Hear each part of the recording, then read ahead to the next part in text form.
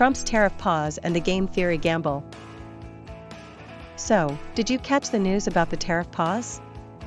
It's a big move on the global stage. Absolutely. The pause for 90 days on most U.S. trading partners is quite significant, especially with a 125% tariff on China. Right.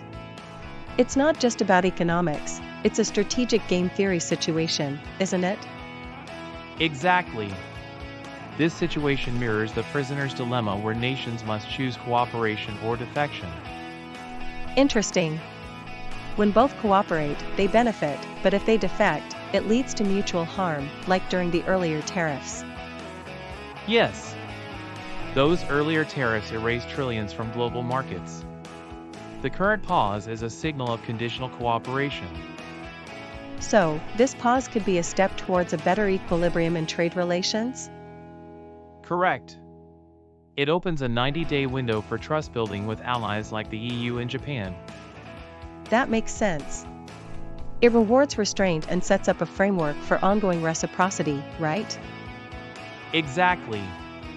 It's a trigger strategy: cooperate, and we continue to cooperate; defect, and there are penalties. And what about the strategic signaling aspect? How does that play out? Great question.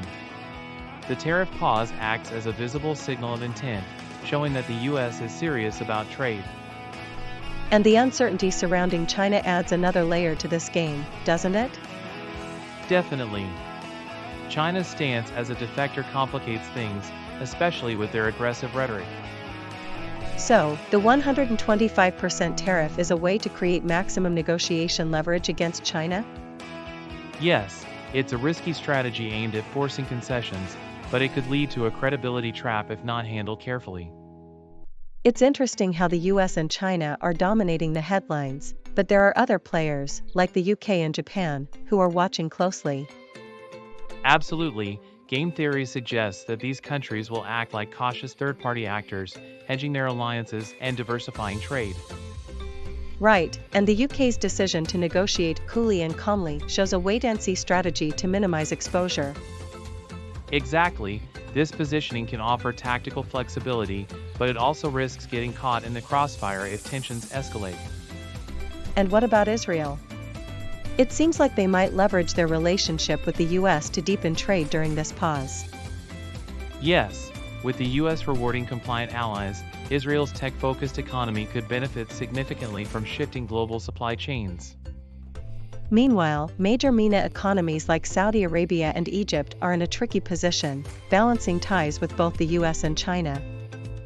Exactly, they're trying to extract gains from both sides while avoiding explicit alignment, which is quite a balancing act.